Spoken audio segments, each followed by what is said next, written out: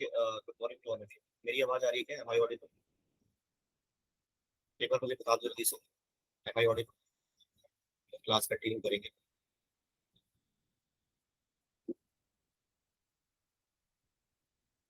Okay fine, ठीक है। तो क्लास स्टार्ट करते हैं हम लोग। लास्ट क्लास में हम लोगों ने सीखा था डोमेन निकालना है। तो अभी आपको डोमेन का आइडिया लग गया होगा कि एक्चुअल में डोमेन कैसे निकालते हैं, ठीक है। तो काफी चीजें डिस्कस करी थी मैंने वहां पे, और कुछ कुछ पॉइंट्स से बताए थे कि कब डोमेन कैसे, मतलब जिस फॉर्मेट में फंक्शन दिया हो उसी फॉर्मेट में निकालने की कोशिश करनी चाहिए, है ना। क्योंकि अगर फंक्शन को चेंज करोगे तो भी ध्यान रखना है, ऐसे नहीं कि आप मन पे कुछ भी चेंज कर दिया, है ना। तो ठीक।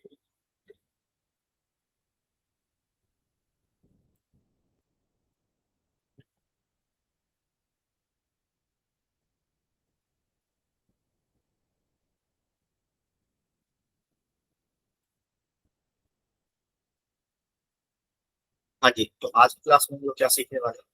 तो आज की क्लास में अब हम थोड़ा सा रेंज पे पहुंच जाएंगे, ठीक है। रेंज थोड़ा ज्यादा मुश्किल है as compare to.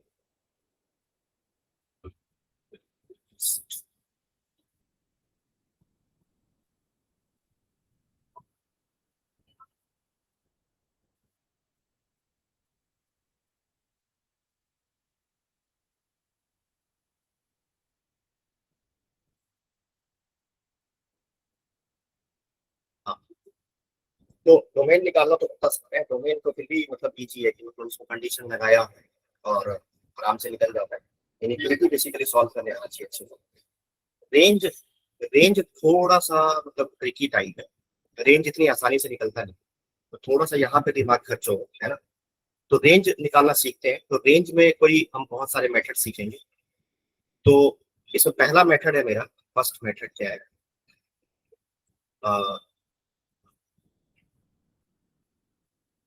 By simple algebraic manipulation, ठीक है। अभी एक एक करके सारे मेथड में डिस्कस करूंगा। तो पहले जैसे एक क्लास मैंने डिस्कस कर लिया हुआ है, बट इसके अलावा और मेथड मैंने डिस्कस नहीं किया है। तो सारे मेथड अभी हम डिस्कस करेंगे एक एक करके कि बेसिकली क्या हो रहा है यहाँ पे, ठीक है।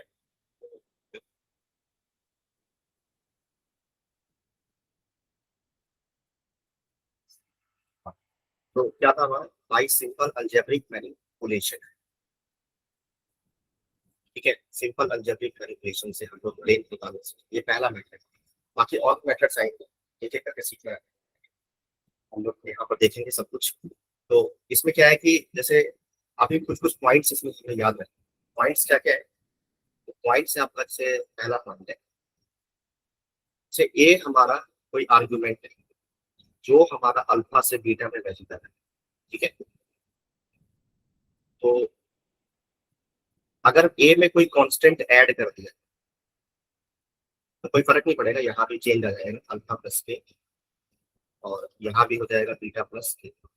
प्लस का मतलब माइनस अपने आप ही हो गया। तो प्लस क्योंकि के अगर नेगेटिव होगा तो सब्ट्रैक्शन अपने आप हो जाएगा, ठीक है। मतलब कहने का मेरा मतलब क्या है कि जैसे मान लो ए मेरा आर्ग्यूमेंट, और अगर वो 2 से लेकर के 5 तक जा रहे हैं,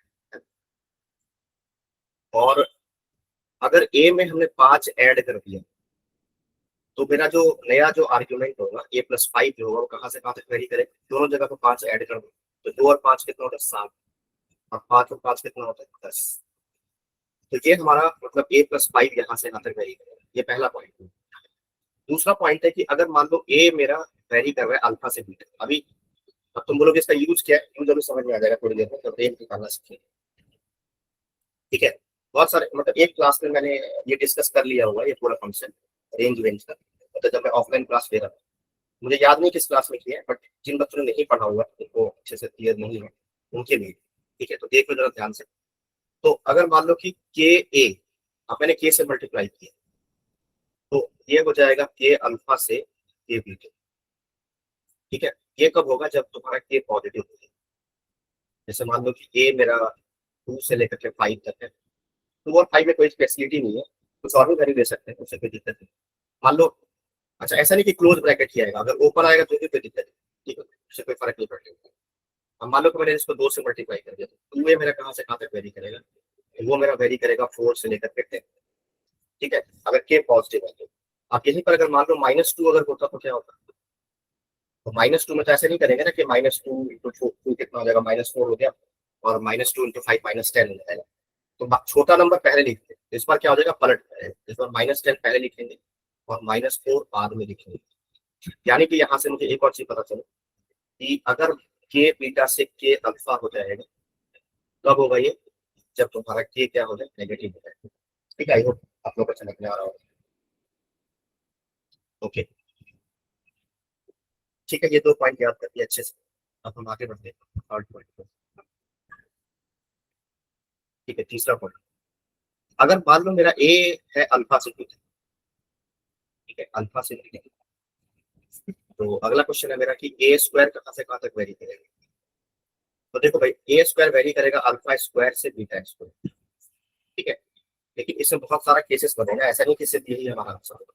जैसे फॉर एग्जाम्पल तुम ऐसे देखो कि अगर मान लो ए मेरा वेरी कर रहा है 2 से लेकर के 3 तक, तो ऑफ कोर्स मेरा ए स्क्वायर वेरी करेगा 4 से लेकर के 9 तक। ये बात समझ में आ रहा है आपको। अच्छा, अगर दोनों नंबर नेगेटिव हो जाए, जैसे मान लो ए बिलोंग्स टू, मान लो -3 से लेकर के -2 तक है, तो जितना ज्यादा नेगेटिव होगा उतना छोटा नंबर होगा। अब इसमें क्या हुआ कि इसमें हुआ हमारा ए स्क्वायर मेरा कहाँ से कहाँ तक वेरी करेगा, 1।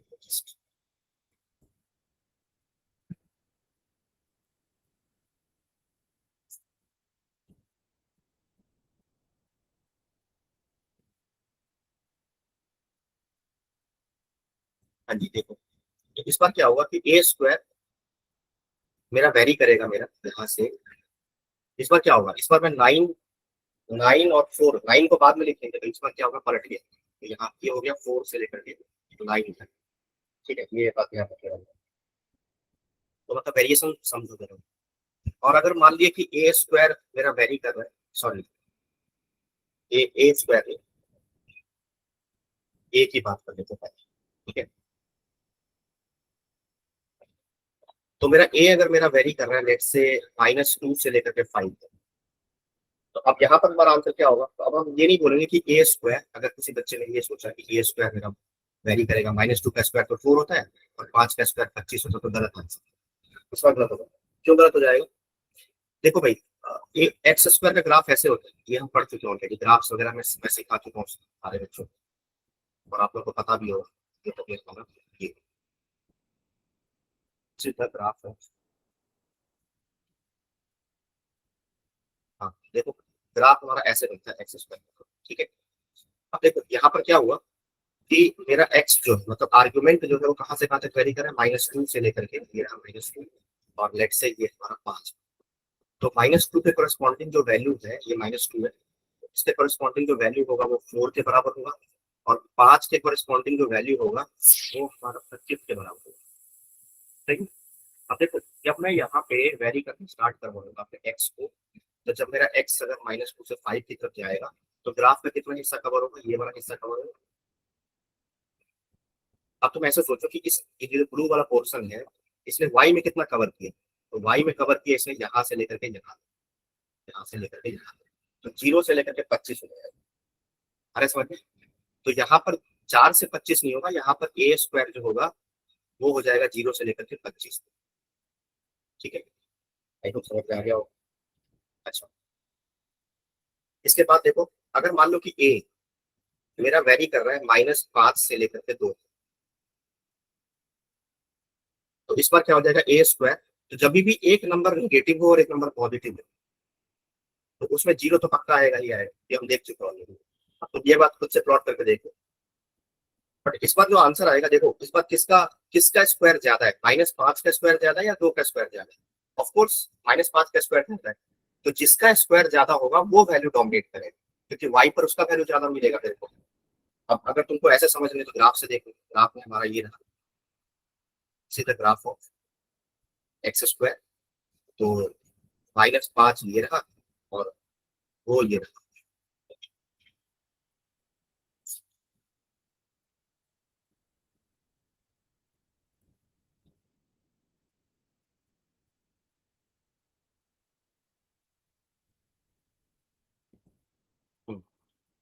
ठीक है, तो इस बार क्या हुआ कि ये -5 के कोरिस्पॉन्डिंग जो वैल्यू आ रहा है वो तो 25 हो जाएगा, और 2 के कोरिस्पॉन्डिंग जो वैल्यू आएगा वो 4 के बराबर है।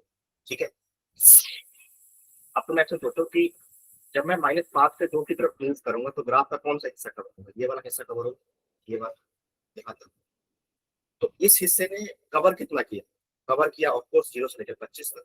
तो जिसका स्क्वायर ज्यादा होता है, जैसे यहाँ पर जो किसका स्क्वायर ज्यादा था, ऑफकोर्स पॉजिटिव, मतलब 5 का स्क्वायर ज्यादा था इसलिए उसने डोमिनेट किया। यहाँ पर निगेटिव नंबर का स्क्वायर ज्यादा था तो उसने डोमिनेट कर दिया। तो यहाँ पर 4 केसेस बने। पहला केस तो ये हो गया कि ए अगर अल्फा से बीटा तक जा रहा है तो ए स्क्वायर तुम्हारा अल्फा स्क्वायर से बीटा स्क्वायर जाएगा। ये कब होगा, जब दोनों का दोनों पॉजिटिव होंगे, है ना? ये सारे केस यहाँ पे सामने देख चलो, राइट साइड सारा का सारा पॉजिटिव होगा।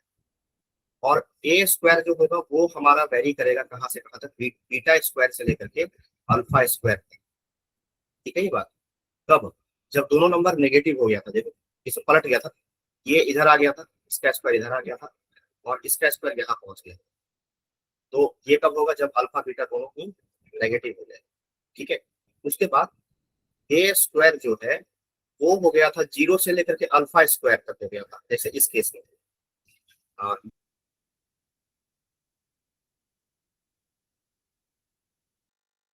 बीटा है तो ए स्क्वायर,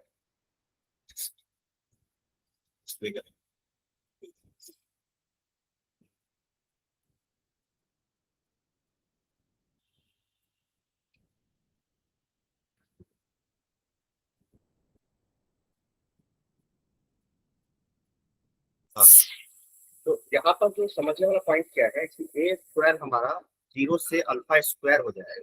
ठीक है, कब होगा, ये कंडीशन आया कहाँ से, ये कंडीशन तब आया जब अल्फा और बीटा में से एक क्वांटिटी नेगेटिव होना चाहिए। कभी मैथ्स में दो क्वांटिटी में से कोई एक क्वांटिटी नेगेटिव हो तो उसको लिखने का तरीका क्या होता है कि दोनों का प्रोडक्ट हमेशा क्या होना चाहिए, नेगेटिव। इससे हमें ये पता चल जाता है कि इनमें से एक क्वांटिटी पॉजिटिव है और एक क्वांटिटी नेगेटिव है। तो मुझे ये बात बोलने की जरूरत नहीं होनी चाहिए कि अल्फा नेगेटिव होगा कि बीटा नेगेटिव होगा। ऑफकोर्स अल्फा नेगेटिव होगा, क्यों, क्योंकि छोटा नंबर ही नेगेटिव हो सकता है, क्योंकि छोटा नंबर ही पहले लिखा जाता है इंटर में। ठीक है, और साथ में यहाँ पर अल्फा स्क्वायर डोमिनेट क्यों हुआ, तो साथ में यहाँ पर एक और कंडीशन इम्पोज करना पड़ेगा कि alpha square greater than beta square. आप देख रहे हो यहाँ पर कि -5 का स्क्वायर जो है 2 के स्क्वायर से ग्रेटर हो गया, तो लास्ट में जो हमारा आंसर डोमिनेट किया वो अल्फा स्क्वायर ने डोमिनेट किया। ठीक है, और लास्ट ऑप्शन इसी में ये हो जाएगा 0 से बीटा स्क्वायर। ठीक है, ये कब होगा, 0 कब आए, जब दोनों में से एक क्वांटिटी पक्का नेगेटिव हो रहा होगा। और साथ में यहाँ पर कौन सा कंडीशन आएगा, यहाँ पे कंडीशन आएगा कि अल्फा स्क्वायर जो होगा, अल्फा स्क्वायर जो होगा वो बीटा स्क्वायर से लेस होगा। तो ये 4 केसेस में याद रखने हैं इस। ठीक है, ये सब सारा पॉइंट हम यूज करेंगे, अभी रेंज निकाले तुम बोलोगे यूज कैसे करेंगे, जस्ट वेट एंड वॉच।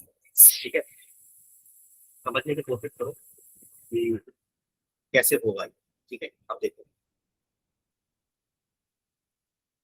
अगला पॉइंट आता है नेक्स्ट।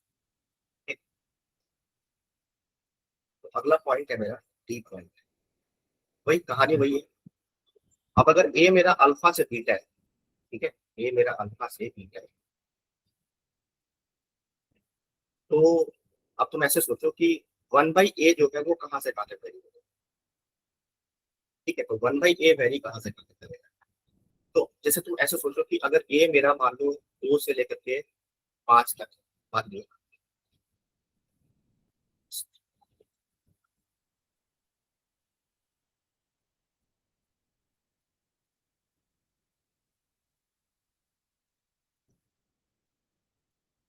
ओके फाइन, आंसर आ रहा है बहुत बच्चों का, वेरी गुड। हाँ, देखो भाई, अगर ए मेरा 2 से 5 है, तुम ऐसे सोचो कि 1/a कहाँ से कहाँ तक वेरी करेगा।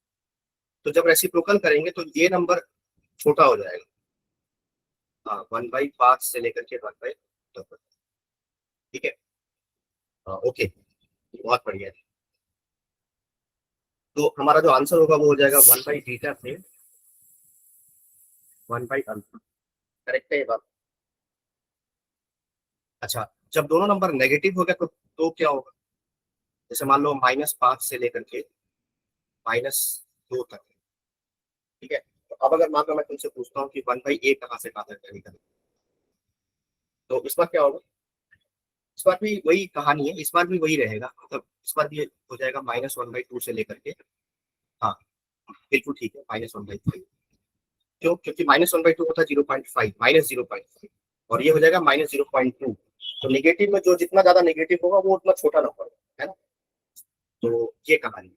तो इसमें भी हमारे पास क्या कंडीशन आया कि दोनों, अगर अल्फा बीटा दोनों का दोनों पॉजिटिव हो जाए या फिर अल्फा बीटा दोनों नेगेटिव हो जाए, तो उस केस में हमेशा यही आंसर है। ओके, बहुत बढ़िया। अब प्रॉब्लम कहाँ पे क्रिएट होगा? प्रॉब्लम क्रिएट होगा, मान लो लेट से ए मेरा बिलोंग करता है -2 से लेकर के 5। जब एक मेरा पॉजिटिव है और एक मेरा नेगेटिव है, तो उस केस में प्रॉब्लम क्रिएट होगा।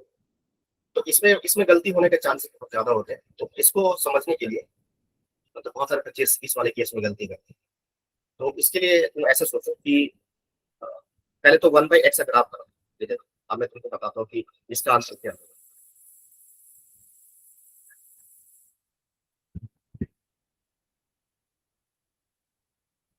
1/बीटा 2, 1/2।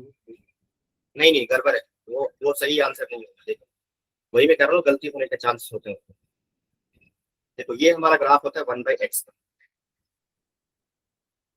ठीक है। अब यहाँ पे ध्यान दो, हमारा नंबर है, एक नंबर है -2, चलो -2 यहाँ पे लोकेट कर लो। और एक नंबर है मेरा 5, मेरा 5। तो 5 के कॉरेस्पॉन्डिंग जो वैल्यू आएगा वो होगा वैल्यू 1/5, और -2 के कॉरेस्पॉन्डिंग जो वैल्यू आएगा वो होगा 1/2। ठीक है, सॉरी -1/2। हाँ। ओके, अब यहाँ पर ध्यान से देखो, यहाँ पे गलती होने का चांस क्यों बढ़ता है। देखो, अब तुम ऐसे सोचो कि let's say, मुझे -2 से 5 की तरफ जाना है। तो -2 से 5 की तरफ मैं जब मैं जाऊंगा तो ग्राफ का ये वाला हिस्सा यूज होगा, ये वाला हिस्सा, और ये वाला हिस्सा यूज होगा, ये वाला।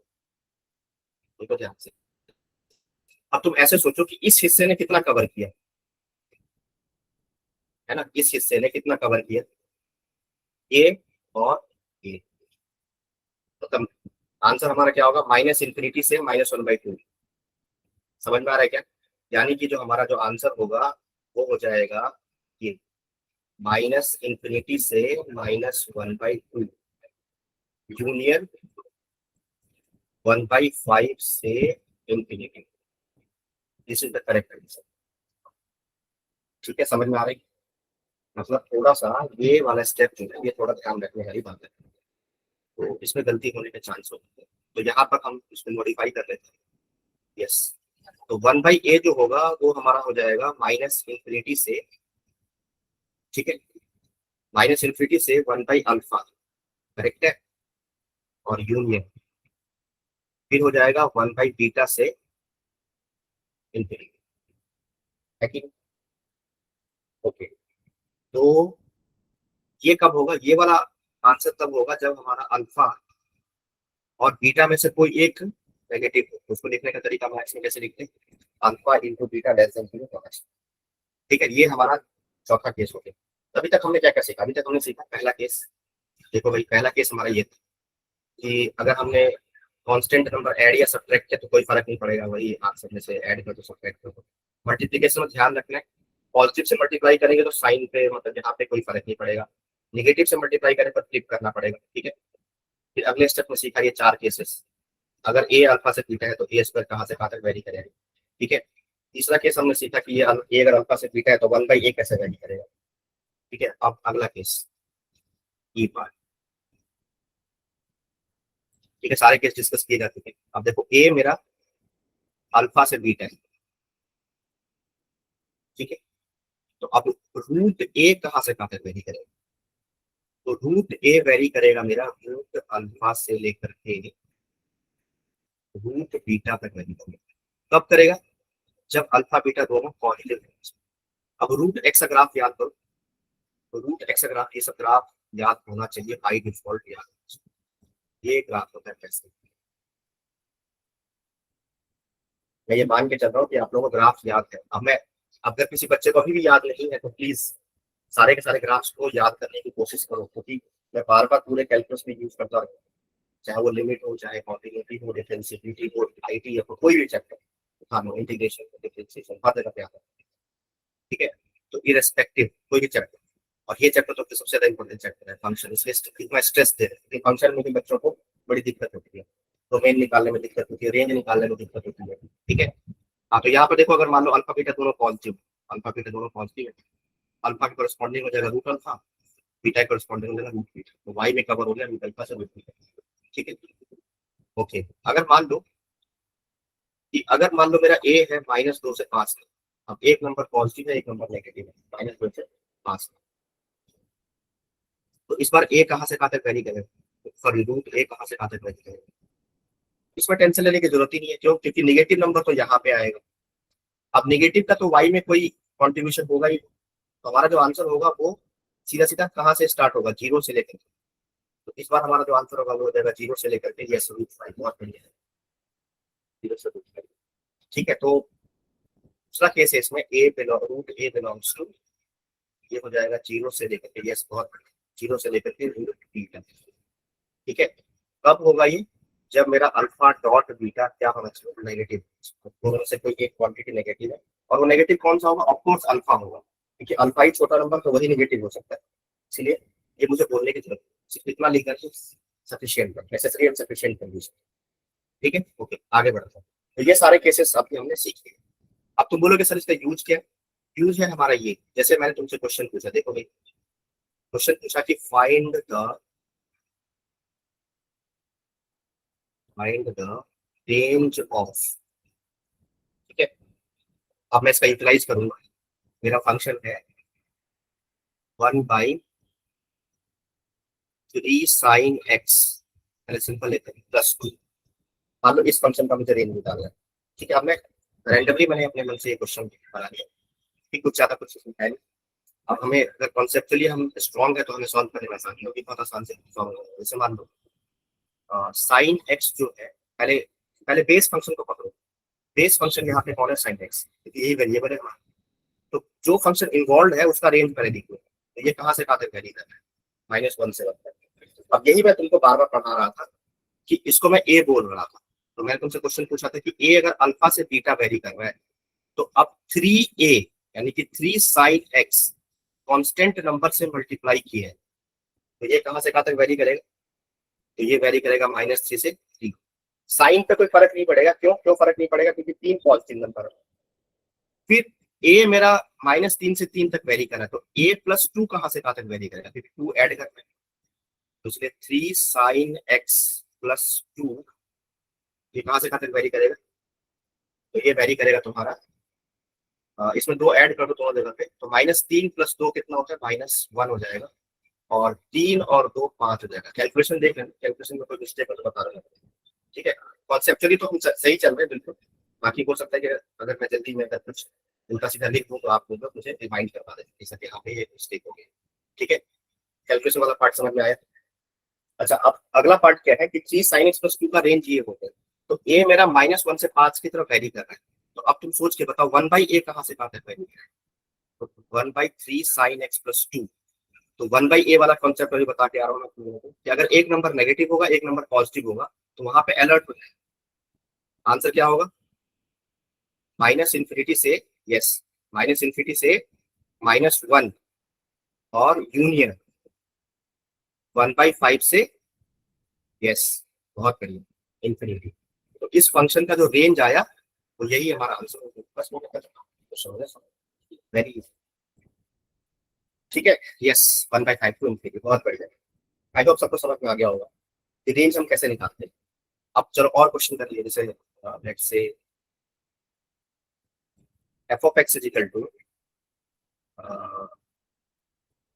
Root under 4 times of fractional part of x plus 5। ठीक है, मान लो ये क्वेश्चन है, सिंपल है, अभी सिंपल सिंपल, क्योंकि सिंपलेस्ट केस पता है तो सब समझने में आसानी होनी चाहिए। देखो क्या करोगे, स्टार्टिंग बेस फंक्शन को पकड़ो, टिक करो बेस फंक्शन। बेस फंक्शन यहाँ पे कौन है? अब तो बाई डिफॉल्ट जो बेस फंक्शन है उसका रेंज तो हमें पता होना ही चाहिए। अब कोई बच्चा ये सोचने लग जाती है फ्रैक्शनल पार्ट ऑफ एक्स का रेंज क्या है, इसलिए बार बार बोल रहा था कि बेसिक फंक्शन हमें क्लियर रखना चाहिए। तो वैसे तो इसमें कोई दिक्कत नहीं है, सारे बच्चों को पता ही होगा क्योंकि आप सब लोग इंटेलिजेंट बच्चे हो। तो 0 से लेकर के 1, यस, और 1 पे ओपन लगाएंगे क्योंकि 1 कभी लेता नहीं, पिक नहीं करेगा। ठीक है, तो 1 पे ओपन होता है। अब वही वही कहानी है, सब कुछ लॉजिक वही सेम है कि अगर मान लो कि ये x 0 से 1 तक है तो 4x 4 times of fractional part of x कहाँ से कहाँ तक वेरी करेगा, तो ये मेरा वेरी करेगा 0 से लेकर के 4 तक। फिर 4 fractional part of x plus 5 मेरा कहाँ से कहाँ तक वेरी करेगा, तो वो वेरी करेगा 5 से लेकर के 9 तक। ठीक है, ओके। नाउ अब इसके आगे स्क्वायर रूट लगाना है, तो चलो भाई स्क्वायर रूट लगा देते हैं। 4 fractional part of x plus 5 कहाँ से कहाँ तक वेरी करेगा, यस, √5 से 3 तक। बहुत बढ़िया, ठीक है, √5 से लेकर के 3, यही हमारा आंसर हो गया। ठीक है, वेरी सिंपल। ठीक है, तो ये सब तो अब तुम लोग इस टाइप के क्वेश्चन सॉल्व कर सकते हो बहुत आराम से, जो भी तुम्हारा जो भी बुक मन करे, अरिहंत की बुक उठा लो, सिंगेज की बुक उठा लो, आराम से क्वेश्चन सॉल्व हो जाएगा इस टाइप के क्वेश्चन। ठीक है, और खैर आगे बढ़ते हैं। हाँ, इसमें एक बात का ध्यान और रखना है जो मैं डिस्कस कर लेता हूँ यहाँ पे, थोड़ा इम्पोर्टेंट है, बहुत इम्पोर्टेंट। Yes, yes. हाँ, देखो जैसे सपोज करो कि लेट्स से मुझे इसका रेंज निकालना है, 3 sign square x minus 5 sine x plus 7 का रेंज निकालना। ठीक है, ओके। अब अगर मान लो कि अगर इसमें किसी बच्चे ने मान लो ऐसे किया, लेट्स से एक स्टूडेंट 1, ठीक है, उसने अलजेब्रिक मैनिपुलेशन लगाया। उसने क्या सोचा कि साइन एक्स जो है वो मेरा वेरी करता है -1 से 1 के बीच में, तो साइन स्क्वायर एक्स जो है वो मेरा वेरी करेगा 0 से लेकर के 1 तक। ठीक है, और फिर उसने बोला कि सर 3 साइन स्क्वायर एक्स जो है वो मेरा वेरी करेगा 0 से लेकर के 3 तक। ठीक है, ओके, तो इसका रेंज उसने निकाल लिया। फिर उसने बोला कि चलो साइन एक्स मेरा वेरी करता है, दूसरे पॉइंट पे आया, साइन एक्स मेरा वेरी करता है -1 से 1 तक।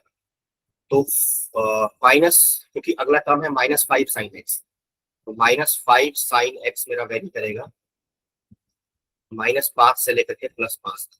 ठीक है, तो इसका रेंज निकल गया, इस वाले टर्म का रेंज निकल गया, इस वाले टर्म का रेंज निकल गया।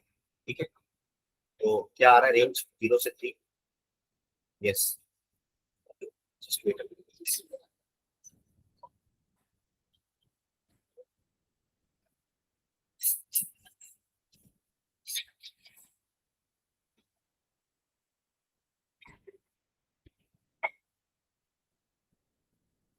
हाँ, तो 0 से 3 आ गया, और इसका हो गया -5 से लेकर के 5 तक।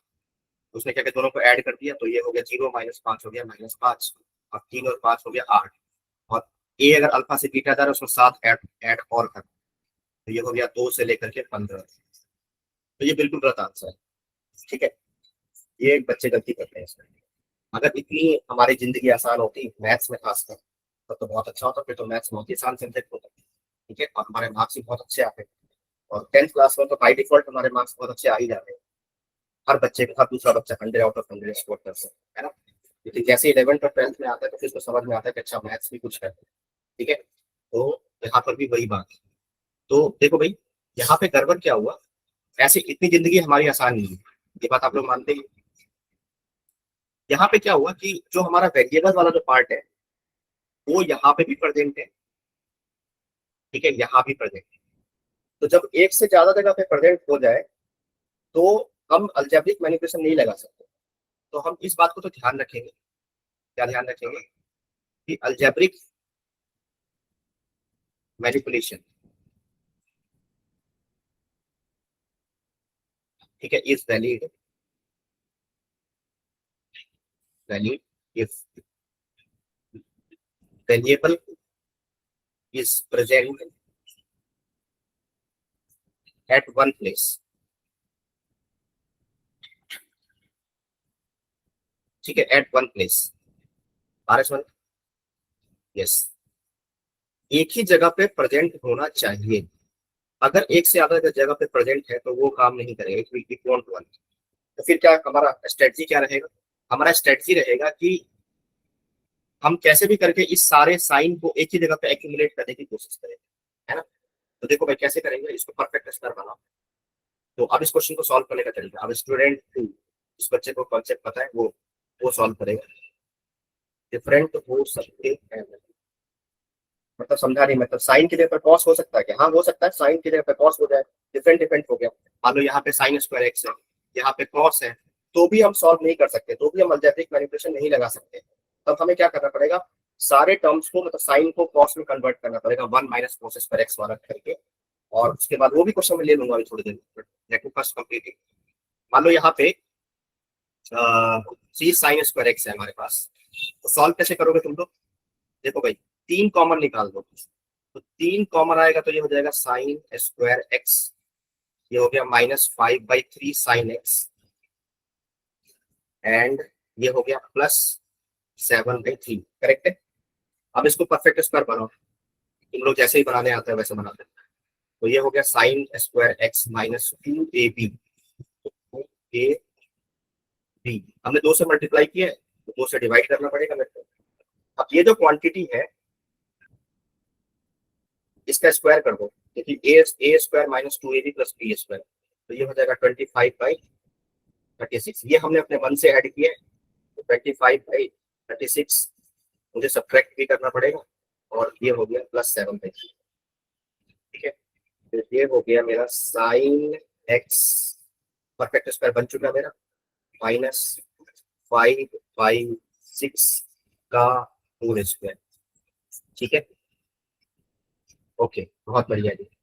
और इन दोनों का एलसीएम ले लो, तो एलसीएम हो जाएगा 3 और 36 का एलसीएम कितना हो जाएगा भाई? तो 36 हो जाएगा, तो 12 गुना 7 हो गया 84, और -25, तो कितना हो गया? 14 और 5 9, कितना हो जाएगा? 59 हो जाएगा, 59 प्लस, हाँ 59/36, यस। तो ये हो गया 3 टाइम्स ऑफ साइन एक्स, ठीक है, -5/6 का होल स्क्वायर। अब 3 से मल्टीप्लाई भी कर दिया तो 59/36, तो 3 से कैंसिल कर दिया तो 59/12, यस। अब ऐसा करने से फायदा तुमको क्या मिला? ऐसा करने तुमको फायदा ये मिला कि जो तुम्हारा यहाँ पे ये जो हमारा साइन एक्स था, पहले दो जगह पे प्रेजेंट था, यहाँ भी प्रेजेंट है, यहाँ भी प्रेजेंट है। अब क्या है कि सिंगल जगह पे प्रेजेंट हो गया, एक ही जगह पे प्रेजेंट दिखाई दे रहा है मेरे को, तो मेरा काम आसान हो गया, है ना। समझ में आ रहा है क्या क्या बोल रहा हूँ? तो एक बार इसको देखो, अगर किसी को डाउट है तो बता सकता है कि इस इन सारे स्टेप्स में अगर कहीं भी समझ में नहीं आया तो मुझे आप लोग बता दो, ठीक है। आई होप आप लोग को समझ में आ रहा होगा, है ना। तो इसको मैं आगे ले चलता हूँ, इस पेज को।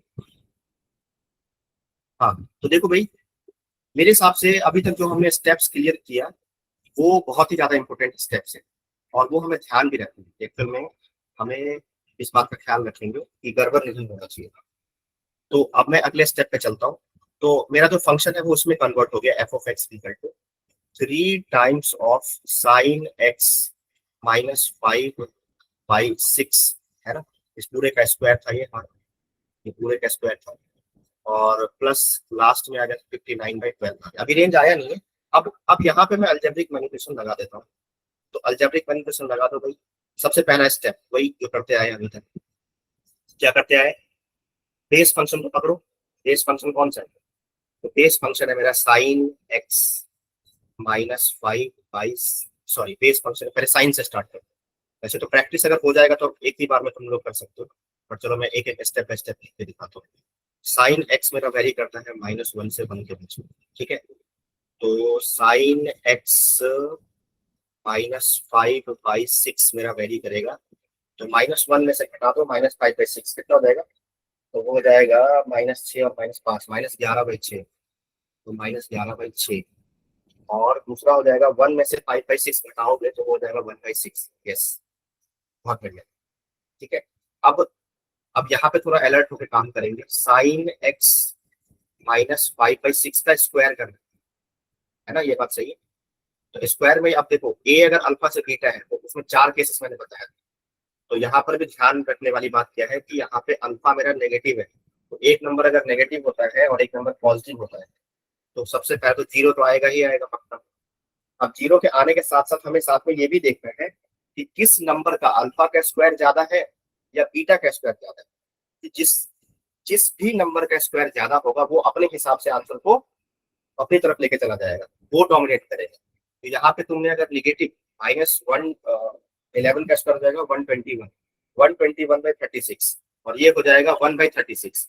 तो ऑफकोर्स 121/36 ज्यादा होगा, 1/36 से तो ज्यादा ही होगा। तो इसीलिए कौन डोमिनेट करेगा इस बार, इसमें डोमिनेट करेगा 121 यस, बहुत बढ़िया, 36, ठीक है जी, ठीक है।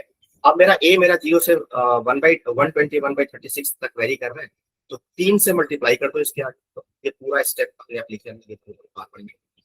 यहाँ ये वेरी कर रहा है 0 से लेकर के 3 मल्टीप्लाई करोगे तो 3 से कट गया, तो 121/12 सही, यहाँ तक समझ आया। अब इसमें मुझे इस पूरे में मुझे क्या ऐड करना है, 59/12 भी ऐड करना है। तो चलो भाई, 3 पूरा अपना ऐसा स्क्वायर स्क्वायर इसमें ऐड करना है 59/12, तो ऐड करना है। तो वेरी क्या करेगा 59/12, और 121 में 59 अगर ऐड करोगे तो कितना हो जाएगा, तो 121 और 60, तो 181, 180/12, तो 180/12 होता है 15। यस, ओके जी, बहुत बढ़िया। तो यही हमारा इस क्वेश्चन का करेक्ट आंसर होगा, ठीक है। समझ में आएगा कैसे करना। तो जब भी एक से ज्यादा जगह पे प्रेजेंट अगर होगा, जैसे कि यहाँ पे आपने देखा कि हमारे पास जो साइन स्क्वायर एक्स था वो हमारा एक से ज्यादा जगह पे प्रेजेंट था, तो हमने क्या किया, उसको एक ही जगह पे एक्यूमुलेट करने की कोशिश करी। एक जगह पे जब एक्यूमुलेट हो गया तो फिर अलजेब्रिक मैनिपुलेशन लगाते, ठीक है। अब एक बच्चे ने क्वेश्चन पूछा कि सर कुछ और भी हो सकता है क्या, हाँ बिल्कुल हो सकता है, उसमें कोई दिक्कत वाली बात है, समान होगा।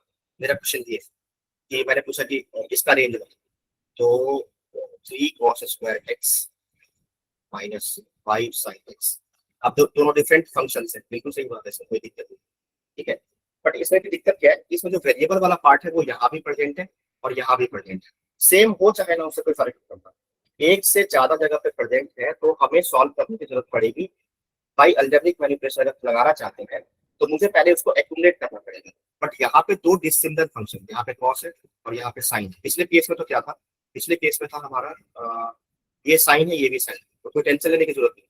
बट यहाँ पे कॉस आ गया, कोई बात नहीं, हमने क्या केस को ऐसे लिख दिया,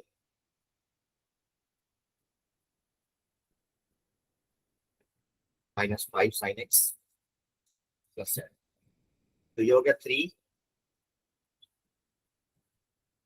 -3 sin² x 5 sin x plus 7, ठीक है। अब क्या क्या बच गया, 7 और 3 हो गया 10। हाँ देख लो भाई, sin² x plus 5 sin x, ये हमारे इसमें ठीक हो गया। अब बाकी आगे का कुछ तुम लोग जानते हो, क्या करोगे, यहाँ से 3 कॉमन निकालोगे, परफेक्ट स्क्वायर बनाओगे, एक ही जगह पे एक्यूमुलेट करोगे, और बाकी जो हमने पिछले क्वेश्चन में लगाया है वो पूरा प्रोसीजर रहेगा, ठीक है। तो हो जाएगा, आई होप इससे आगे का कुछ जो है वो है तुम लोग कर लो। यस, ठीक है। तो मैं इसके आगे यहीं पे छोड़ दूंगा इसको, ठीक है। चलो भाई आगे बढ़ते हैं। तो ये तो हो गया algebraic multiplication, first method complete हो गया, मेरा सेकंड मेथड पे आ जाओ। रेंज ऑफ ए, चलिए कंप्लीट करते हैं इसको, range of a composite function, composite function, ठीक है।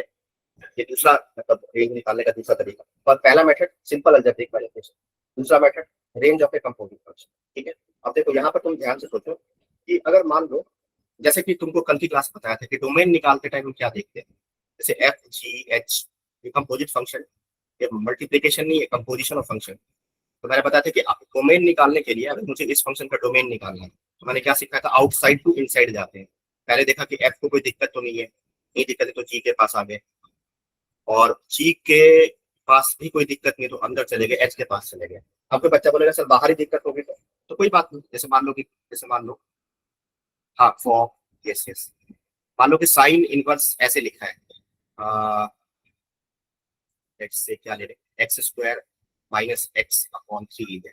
मान लो इसका डोमेन निकालना है तो आउटसाइड टू इनसाइड जाएंगे, तो बाहर में मुझे कौन मिला, बाहर मेरा साइन इनवर्स। अब साइन इनवर्स एक्स को ही दिक्कत होगी, साइन इनवर्स क्या बोलेगा कि भैया मैं तभी डिफाइन हो पाऊंगा जब मेरा आर्ग्यूमेंट कहाँ से कहाँ तक वेरी करना चाहिए, -1 से 1 के बीच करना चाहिए। तो अगर बाहर में ही दिक्कत हो गया, हम क्या करेंगे, बाहर वाले फंक्शन पे ही कंडीशन लगा देंगे। अब तुम इस इनइक्वालिटी को सॉल्व कर डालो, जो आंसर आएगा वही इस फंक्शन का डोमेन होगा। ठीक है, इट्स वेरी इजी। तो डोमेन निकाल तो बहुत आसान है, लेकिन रेंज में थोड़ा सा दिमाग खर्च होगा। तो रेंज में प्रोसीजर क्या रहेगा, देखो भाई इसको ध्यान से सुनो। अब मैं रेंज निकालना सिखा रहा हूं, तो मान लो कि मेरे पास इस फंक्शन का मुझे रेंज निकालना, I want to calculate range of r f of g of x, range of composite function f of g of x. तो इसका प्रोसीजर क्या रहेगा, प्रोसीजर रहेगा तुम क्या करो, जो अंदर वाला फंक्शन, डोमेन में तो हम आउटसाइड टू इनसाइड जाते हैं, बाहर से अंदर जाते हैं, लेकिन रेंज में हम अंदर की तरफ जाएंगे पहले। तो अंदर मुझे कौन मिला, देखो भाई, अंदर में मिला मुझे ये वाला। ठीक है, तो क्या करो कि जो अंदर वाला फंक्शन है पहले उसका रेंज निकाल दो, find range, find range of g of x, that is R of g. पहले क्या करो, अंदर वाले फंक्शन का रेंज निकाल लिया। ठीक है, वैसे रेंज निकालने का एक और तरीका आएगा आगे चल के जब मैं एओडी पढ़ाऊंगा। जैसे कल कल एक बच्चे ने ग्रुप में क्वेश्चन पूछा हुआ था कि ln ऑफ, आई थिंक जो जहां तक मुझे याद आ रहा है, ln of √8 minus x square and whole divide by 2 minus x था या एक्स माइनस 2 था। ओके, ओके बहुत बढ़िया। हाँ, तो ये वाला क्वेश्चन जो है, ये वाला क्वेश्चन बेसिकली अभी जो हम सीख रहे हैं ये भी कंपोजिट फंक्शन ही है ना, बट ये वाला जो क्वेश्चन है इसका रेंज हम इस वाले मेथड से नहीं निकाल पाएंगे। इसमें हमें क्या करना पड़ेगा, पहले इसका डोमेन निकालना पड़ेगा, फिर डोमेन के अंदर एनालिसिस करना पड़ेगा कि इसका लिमिटिंग वैल्यू मतलब एक्सट्रीम पॉइंट्स पे कहाँ कहाँ आएगा, फिर ग्राफ कर्व स्केचिंग करना पड़ेगा थोड़ा। तो वो मैं सिखाऊंगा तुम लोग को एओडी। वो मैंने ग्रुप में वैसे आंसर भी किया था मैंने कि कर्व स्केच करो एंड देन उसका एओडी की हेल्प से। तो अभी तुम लोग को एओडी वगैरह नहीं पता है, या अगर लिमिट वगैरह आता है तो फिर तो निकल ही जाएगा, उससे सॉल्व होगा। बट अभी मैं इस वाले केस को नेग्लेक्ट कर रहा हूँ, ये वाला तो मैं बाद में पढ़ाऊंगा। देखिए रेंज निकालने का, रेंज अभी खत्म नहीं हुआ है, रेंज तो बहुत बड़ा टॉपिक है, रेंज हमारा एओडी में दिया है। बट अभी मैं क्या सिखा रहा हूँ कि अगर मान लो कि मेरे पास कंपोजिट फंक्शन का रेंज निकालना है तो हम क्या करेंगे, वो मुझे क्वेश्चन देख के आइडिया लग जाएगा। ठीक है, क्या करोगे, सबसे पहले क्या करोगे, जी ऑफ एक्स का रेंज निकाल लोगे। उसके बाद क्या करो कि जो बाहर वाला फंक्शन है एफ, उसके ग्राफ पे प्लॉट करो। मान लो इस, ये जो रेंज आया तुम्हारा that is a, a belongs to alpha to beta. अब क्या करो, बाहर वाला फंक्शन है हमारा एफ, ठीक है, उसका ग्राफ प्लॉट कर दो। तो मान लो बाहर वाले फंक्शन का ग्राफ कुछ ऐसा आ गया, ऐसा, लेट्स से दिस, उसके एक्स एक्सिस पे, अब ध्यान से सुनना इस बात को, ये थोड़ा अभी मैं क्वेश्चन करवाऊंगा तो समझ में आ जाएगा। उसके एक्स एक्सिस पे ये अल्फा बीटा को प्लॉट कर दो। ठीक है, अब क्या करो कि अल्फा से बीटा में देखो कि ग्राफ का कितना हिस्सा यूज हुआ। तो ग्राफ का इतना हिस्सा यूज हुआ, इसने वाई पे कितना दिया, तो एफ ऑफ अल्फा दिया होगा, और एक्स पे कितना दिया होगा, एफ ऑफ बीटा दिया होगा। तो जो हमारा रेंज होगा वो इंटायर फंक्शन का, मतलब range of f of g of x जो होगा वो हमारा हो जाएगा एफ ऑफ अल्फा से एफ ऑफ बीटा। अभी तुमको समझ में नहीं आया होगा तो कोई बात नहीं, अब मैं समझाने के लिए, मेरे पास तरीका सारा ही है समझाने के लिए। क्वेश्चन देखोगे, चलो यहाँ आ जाओ। हाँ ठीक है, देखो जैसे मैं तुमसे क्वेश्चन पूछा कि इसका रेंज बताओ भाई, अभी सिंपल क्वेश्चन लेते हैं, बहुत ही आसान, बहुत ही प्यारा सा क्वेश्चन। ई की पावर साइन इनवर्स एक्स, हमें ये सिंपल सा क्वेश्चन, ठीक है। अब कंपोजिट फंक्शन है, तो तुमको क्या सिखाया, अभी मैंने जो प्रोसीजर जो सिखाया तुमको, उसको एक एक स्टेप को फॉलो करो।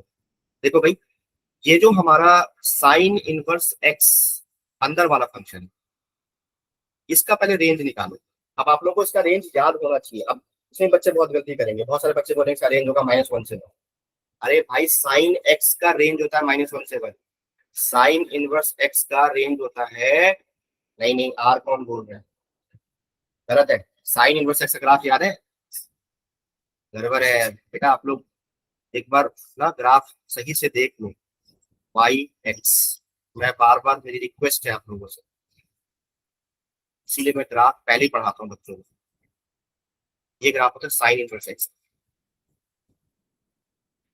ये होता है -1।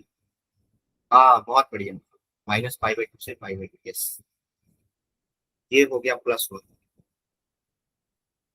ये हो गया π/2, एंड दिस इज -π/2, ठीक है। अब तुम ऐसे सोचो कि वाई एक्सिस पे ग्राफ ने कितना कवर किया। वाई जो होता है ना, वो होता है रेंज देता है, एक्स जो होगा, एक्स जो कवर कर रहा है वो डोमेन देगा। तो साइन इनवर्स एक्स का डोमेन क्या होगा, वो हो जाएगा -1 से 1, और रेंज अगर तो कोई तुमसे पूछे तो वो हो जाएगा -π/2 से π/2। तो मेरा जो प्रोसीजर था, मैंने तुमको क्या सिखाया कि अंदर वाले फंक्शन का रेंज निकालो। तो फटाफट से मैंने क्या किया, साइन इनवर्स एक्स का रेंज निकाला। तो साइन इनवर्स एक्स का रेंज होता है -π/2 से लेकर के π/2 तक, सही, ठीक है। अब क्या करो, इसको बाहर वाले फंक्शन के ग्राफ के एक्स एक्सिस पे प्लॉट करो। अब इसलिए मैं बार बार ग्राफ बोलता हूँ ना, याद करने के लिए। तो जहां भी तुमको बेसिक फंक्शन अगर दिख जाए, जैसे ये वाला क्वेश्चन था, ये वाले क्वेश्चन में तुमको कोई बेसिक फंक्शन नजर नहीं आ रहा है, इसका ग्राफ ड्रॉ करना बहुत मुश्किल है। तो बेसिक फंक्शन अगर नहीं है तो समझ जाना कि एओडी से हो रहा होगा कुछ। और अगर बेसिक फंक्शन इन्वॉल्व है तो फिर तो क्वेश्चन बहुत जल्दी सॉल्व होगा, और उसका प्रोसीजर ये यहाँ पे डिस्कस करते हैं, और इस वाले क्वेश्चन को एओडी में डिस्कस किया जाएगा, ठीक है। दोनों बातें क्लियर होनी चाहिए आपके माइंड में, ठीक है, कैसे करते हैं। हाँ, तो ये ई की पावर एक्स, ये बेसिक फंक्शन। तो ई की पावर एक्स अगर आप आई को, आप लोगों को याद होगा, ऐसा ग्राफ बनता है, चलो भाई बनाए तो। ये हो गया वाई, ये हो गया एक्स, ग्राफ इज दिस, ठीक है जी। हाँ जी। और ये वाला जो पॉइंट होता है, ये होता है आपका 0,1, ठीक है, ओके। अब तुम्हें करना क्या है कि, हाँ, यहाँ पे -π/2 से π/2 तक तुमको प्लॉट करना है, इसी के ग्राफ पे, मतलब बाहर वाले फंक्शन के एक्स पे। तो एक्स एक्सिस ये रहा, तो -π/2 यहाँ आएगा, और मान लिया लेट से +π/2 यहाँ पे आएगा, ठीक है जी। अब तुम ध्यान से देखो कि -π/2 के कोरिस्पॉन्डिंग जो वैल्यू आया वाई पे, वो हो जाएगा ई की पावर -π/2, और π/2 के कोरिस्पॉन्डिंग जो वैल्यू आया वाई पे, वो हो जाएगा ई की पावर π/2। आई होप आप लोगों को समझ में आ गया होगा। अब तुम ध्यान से देखो कि इतने इंटरवल में, -π/2 से π/2 वाले इंटरवल में ग्राफ का कितना हिस्सा यूज हुआ, कितना हिस्सा यूज हुआ, ये देखो, इसको मैं अभी ऐसे बता दूं। इतने हिस्से ने वाई में कितना कवर किया, वाई में कितना प्रोजेक्शन दिया मेरे को, तो वाई में प्रोजेक्शन दिया यहां से लेकर के यहां तक। तो यही हमारा रेंज हो गया। तो रेंज ऑफ द, इस पूरे फंक्शन का जो रेंज होगा, वो आई होप आप लोगों को समझ में आ गया होगा। कितना रेंज होगा भाई, बताओ भाई, ई की पावर -π/2 से लेकर के ई की पावर, एम आई राइट? कोई दिक्कत कोई परेशानी है तो बताओ दो भाई। ओके फाइन, बहुत बढ़िया, ठीक है। तो लॉजिक समझ में आया, ओके। चलो एक और क्वेश्चन करते हैं, जैसे, अच्छा इसको उल्टा कर दीजिए, चलो लेट से, उल्टा करने का मतलब है कि इसको उल्टा कर दीजिए, चलो इसका बताओ, साइन इनवर्स ई की पावर एक्स, इसका बताओ तो, इसका रेंज क्या होगा।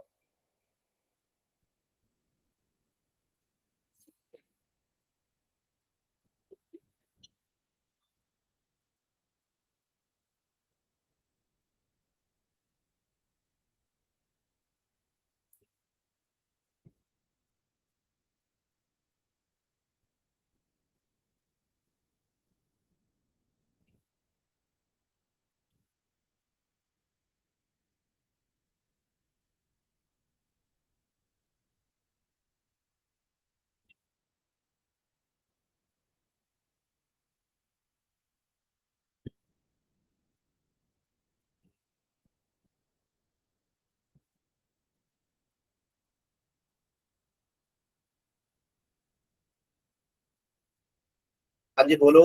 ये इसका रेंज निकाल लोगे या मुझे बताने की जरूरत है क्या? देखो भाई, इस ये क्वेश्चन थोड़ा सा ट्रिकी क्वेश्चन हो गया है ना। मैंने कुछ भी नहीं किया, मैंने दोनों फंक्शन को पलट दिया बस। तो जैसा कि प्रोसीजर इसमें भी तुमको वही है, लॉजिक वही है। लॉजिक क्या रहेगा इसमें थोड़ा सा, ये क्वेश्चन बढ़िया क्वेश्चन बन गया। एक्चुअली इसका जो रेंज होता है ना वो होता है 0 से इन्फिनिटी, है ना। जैसे तुमको ग्राफ याद है, ये देखो अभी क्या सीखा था प्रोसीजर, ये y हो गया, ये x हो गया। तो ये 0 से इन्फिनिटी इसका रेंज होगा। 0 से इन्फिनिटी को तुमको इस वाले ग्राफ पे प्लॉट करना है। अब तुम बोलोगे साइन इनवर्स एक्स में तो इन्फिनिटी जाता ही नहीं है, तो क्या करें? इसलिए तुमको ये सोचना पड़ेगा थोड़ा सा ये क्वेश्चन। अब ये क्वेश्चन इतना आसान नहीं है, तो एक काम करो, इसको मैं होमवर्क देता हूँ तुमको, ये घर पे बैठ के सोचना तुम, ठीक है। अब सोचना पहले, देखो मैं हिंट भी देता हूँ साथ के साथ। इसका पहले डोमेन निकाल लेना। डोमेन से तुमको आइडिया लग जाएगा कि कितने इंटरवल मुझे सॉल्व करने की जरूरत है, ठीक है। जब भी कभी भी दिक्कत हो तो कभी भी फंक्शन का डोमेन पहले निकाल लो। डोमेन निकालने से तुमको आइडिया लगेगा कि हमें एक्स में इतना ही इंटरवल चाहिए, ठीक है। और उसके बाद जो प्रोसीजर बताया उसको अप्लाई कर दो, बस हो गया, आ जाएगा। ठीक है, हो जाएगा, कर लेना इसको अपने। चलो भाई एक और क्वेश्चन दे रहा हूँ।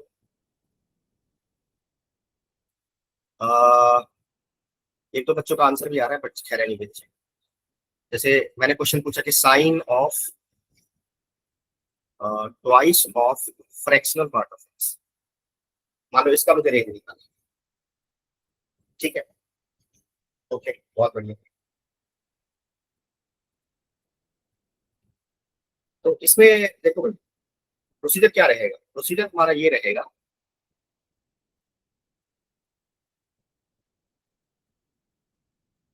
हम्म, देखो सबसे पहले तो देखो कि अंदर वाला फंक्शन कौन है। तो अंदर वाला फंक्शन ये पूरा है, उसमें बेस फंक्शन कौन सा है? तो फ्रैक्शनल पार्ट ऑफ एक्स। ये कहां से कहां तक वैरी करता है, 0 से 1 तक। इसको 2 से मल्टीप्लाई कर दो, तो ये हो जाएगा 0 से लेकर के 2 तक। सही। ओके, बहुत बढ़िया। ये हमने कैसे निकाला, यूजिंग सिंपल अलजेब्रिक मैनिपुलेशन से निकाल दिया। अब उसके बाद क्या करो, इस इंटरवल को प्लॉट करो कहां पे, इस बाहर वाले फंक्शन के ग्राफ पे, ठीक है। तो बाहर वाला फंक्शन ये रहा, देखो साइन 0 से साइन 2। बस यही गलती हो जाती है हमसे। अभी देखो ध्यान से, जो आपने गलती करी है उसमें आपको खुद रेक्टिफाई समझ में आएगा कि क्या हो रहा है। That's why these classes are very very important, ठीक है। अब कुछ बच्चे क्लास अटेंड नहीं करते, उनका तो खैर क्या ही करें। देखो ये हो गया हमारा 0, और ये हो गया हमारा π/2, है ना। ध्यान से देखो, बट मुझे 2 प्लॉट करना है। तो π/2 हो गया हमारा, देखो ध्यान से, ये हमारा हो गया 1, ठीक है। और अब तुम ऐसे सोचो कि π/2 का वैल्यू कितना होता है। π/2 का वैल्यू होता है 3.14 का आधा, 1.57 हो जाएगा। तो ये वैल्यू 1.57 है।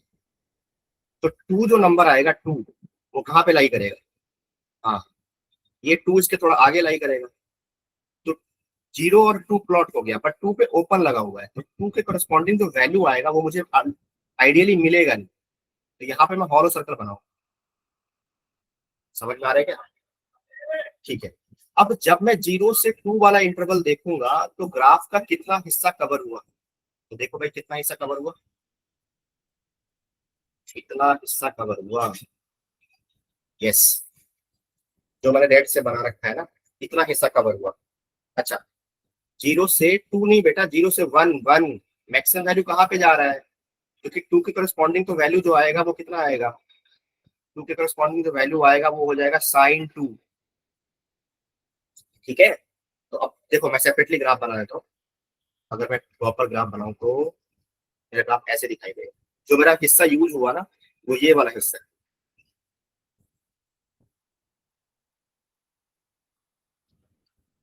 देखो ये वाला हिस्सा है हमारे पास। This is the graph of ये। Okay okay okay okay, yes. ठीक है, तो 0 से इस हिस्से ने, ये जो हमारा पास हिस्सा दिखाई दे रहा है, इस हिस्से ने वाई में कितना कवर किया, इस हिस्से ने वाई में कितना कवर किया, ये मुझे बताओ। सॉरी, ये 5/2 है और ये हमारा 2 था, है ना। ये हमारा 1 हो गया और ये हमारा हो गया sin 2, है ना। ये यहाँ पर जो वैल्यू आ रहा है वो आ रहा है sin 2। तो अब तुम ऐसे देखो कि, हाँ मेरी बात, इस ग्राफ ने y में कितना कवर किया? तो y में कवर किया 0 से sin 2 नहीं, 0 से 1। अरे पीक पे जा रहा है, sin 2 तो नीचे आ जाएगा। 0 से 1 आ रहे समझ में? कहाँ तक वेरी करेगा? 0 से लेकर के 1 तक वेरी करेगा। अब तुम बोलोगे sin 2 तो छूट गया। sin 2 छूटा नहीं, क्योंकि अगर मैं एक हॉरिजॉन्टल लाइन खींचूंगा, 1 पे क्लोज लगेगा बेटा, क्लोज क्लोज। 1 पे ओपन नहीं आएगा, दोनों जगह पे क्लोज लगेगा। 0 पे भी क्लोज लगेगा और 1 पे भी क्लोज लगेगा, क्योंकि 1 भी ऑप्टेनेबल है। y पे 1 ऑप्टेनेबल है और 0 पे डार्क सर्कल लगा हुआ था यहाँ पे, देखो। दैट्स वाई 0 को भी इंक्लूड करेंगे, तो 0 से 1 आंसर होगा। यस, 0 से 1। हाउ 0 से 1? अरे ऐसे देखो ना, चलो मैं नेक्स्ट पेज पे ले चलते हैं। देखो, हाँ देखो देखो, दोबारा एक्सप्लेन करो, जरा सोचो। थोड़ा सा ग्राफ क्लीन बनाते हैं, है ना, तो आपको आइडिया लग जाएगा।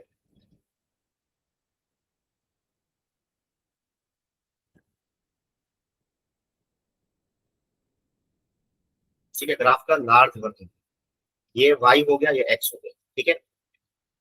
अब देखो भाई, ये रहा हमारा 0, और ध्यान से देखो, यही तो था ना। 0 पे क्लोज था और 2 पे ओपन था, तो 2 के करस्पॉन्डिंग जो वैल्यू आएगा उसको मैंने ओपन सर्कल बना दिया, क्योंकि 2 के करस्पॉन्डिंग मुझे वैल्यू मिलेगा नहीं आइटली। अब ये था बीच में, कहीं पे था 5/2, ये बीच में था हमारा 5/2। तो 5/2 के करस्पॉन्डिंग जो वैल्यू आ रहा है वो कितना आ रहा है? 1। अब तुम ऐसे सोचो, यही था ना ग्राफ हमारा। अब तुम ऐसे सोचो कि 0 से 2 तक का इंटरवल मेरे को देखना है। तो 0 से 2, अच्छा 2 के करस्पॉन्डिंग जो वैल्यू आ रहा है, अब देखो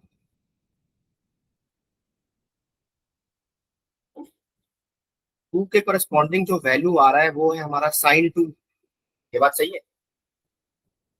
अब तुम ऐसे सोचो कि sin 2, यहाँ पे ध्यान दो, 0 से 2 के इंटरवल में ग्राफ का कितना हिस्सा कवर हुआ? तो इतना हिस्सा कवर हुआ, ये सही है, इतना हिस्सा कवर हुआ, ठीक है।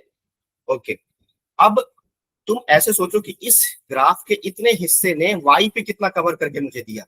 तो वाई पे तो ये कवर नहीं हो रहा, देखो ध्यान से, 0 से लेकर के 1 तक, बीच में, बीच में हमारे पास एक वैल्यू है। आपके बच्चा बोलेगा सर sin 2 तो छूट गया। sin 2 छूटा नहीं। क्यों नहीं छूटा? क्योंकि जब मैं एक हॉरिजॉन्टल लाइन खींचूंगा यहाँ पे, तो वो ग्राफ को कट करेगा। तो x बराबर 2 रखने पर मुझे sin 2 नहीं मिल रहा है, लेकिन x बराबर कुछ वैल्यू, अलग वैल्यू रखने पर, अल्फा रखने पर मुझे sin 2 मिल जा रहा है। यानी कि sin 2 भी इंक्लूड होगा हमारे रेंज में। तो 0 से 1 के बीच में, 0 से 1 के बीच में sin 2 भी अपने आप ही कवर हो गया, कोई वैल्यू छूटा भी नहीं।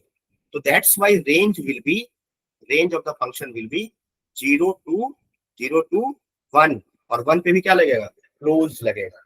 0 पे तो क्लोज था ही, 0 पे क्लोज क्यों था? क्योंकि 0 तो खैर एनीवेज इंक्लूड था ही यहाँ पे। तो 0 के करस्पॉन्डिंग जो वैल्यू आएगा वो भी इंक्लूड होगा आंसर में। और 1 को कोई दिक्कत भी नहीं है, 1 भी इंक्लूड होगा। 1 पे भी थोड़ा ना फॉलो सर्कल बना हुआ है, तो 1 भी इंक्लूड होगा। तो रेंज इस बार 0 से 1 होगा, ना कि 0 से sin 2 होगा। आया समझ में? और किसी बच्चे को डाउट है तो बता दो। Any problem, any doubt? ठीक है, चलो जी आगे बढ़ते हैं। हाँ, तो मतलब अगला मेरा फंक्शन है, ये भी आपका होमवर्क है, आप लोगों को ये करके लाना। नेक्स्ट क्लास में ये डिस्कस करेंगे। फ्रैक्शनल पार्ट ऑफ, इसका रेंज बता देना, 3 sin² x - 2/10। ठीक है, और मैं यहाँ लिख देता हूँ, दिस डिनोट्स फ्रैक्शनल पार्ट,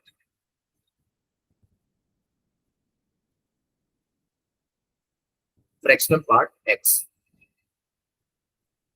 अब कुछ बच्चे ऐसे हैं जो 10-15 हुआ नहीं हुआ, 10-16 हुआ नहीं, मीटिंग छोड़ के भागने लग जाते हैं। तो ये भी बहुत गड़बड़ है। अभी मेरे क्लास खत्म नहीं हुआ है, मेरा क्लास। तो थोड़ा सा आप लोग इस चीज का ध्यान रखो, क्योंकि आप लोग अच्छे बच्चे हो, समझदार बच्चे हो।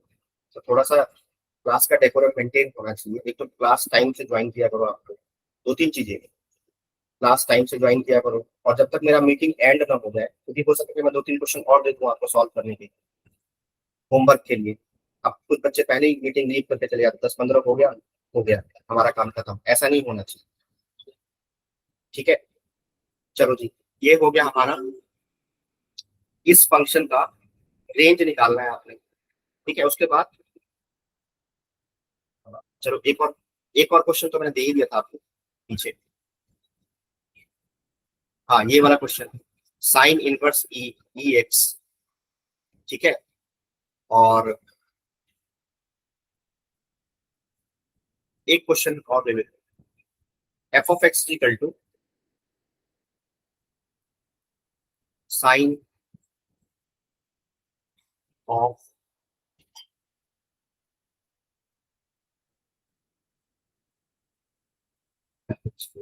चेंज,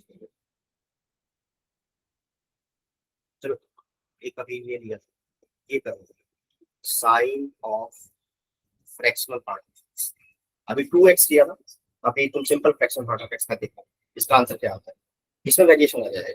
ठीक है, तो ये 2-3 क्वेश्चन हो गए जो आप लोग you are suppose to solve these questions. ठीक है, तो आई होप थोड़ा बहुत आइडिया लग गया होगा। तो 2 मेथड हमारा सॉल्व हो चुका है। मतलब एक तो हमारा पहला मेथड था अलजेब्रिक मैनिपुलेशन, दूसरा मेथड था हमारा ये कंपोजिट फंक्शन का हम रेंज कैसे निकालते हैं। दोनों मेथड क्लियर है, अगर किसी को डाउट तो पूछ सकते हैं। ठीक है, समझ में आएगा? Okay fine. तो ठीक है, फिर नेक्स्ट क्लास में मिलते हैं आपसे। ठीक है, ओके, थैंक यू बेटा। कल के क्लास के नोट्स सेंड कर दो।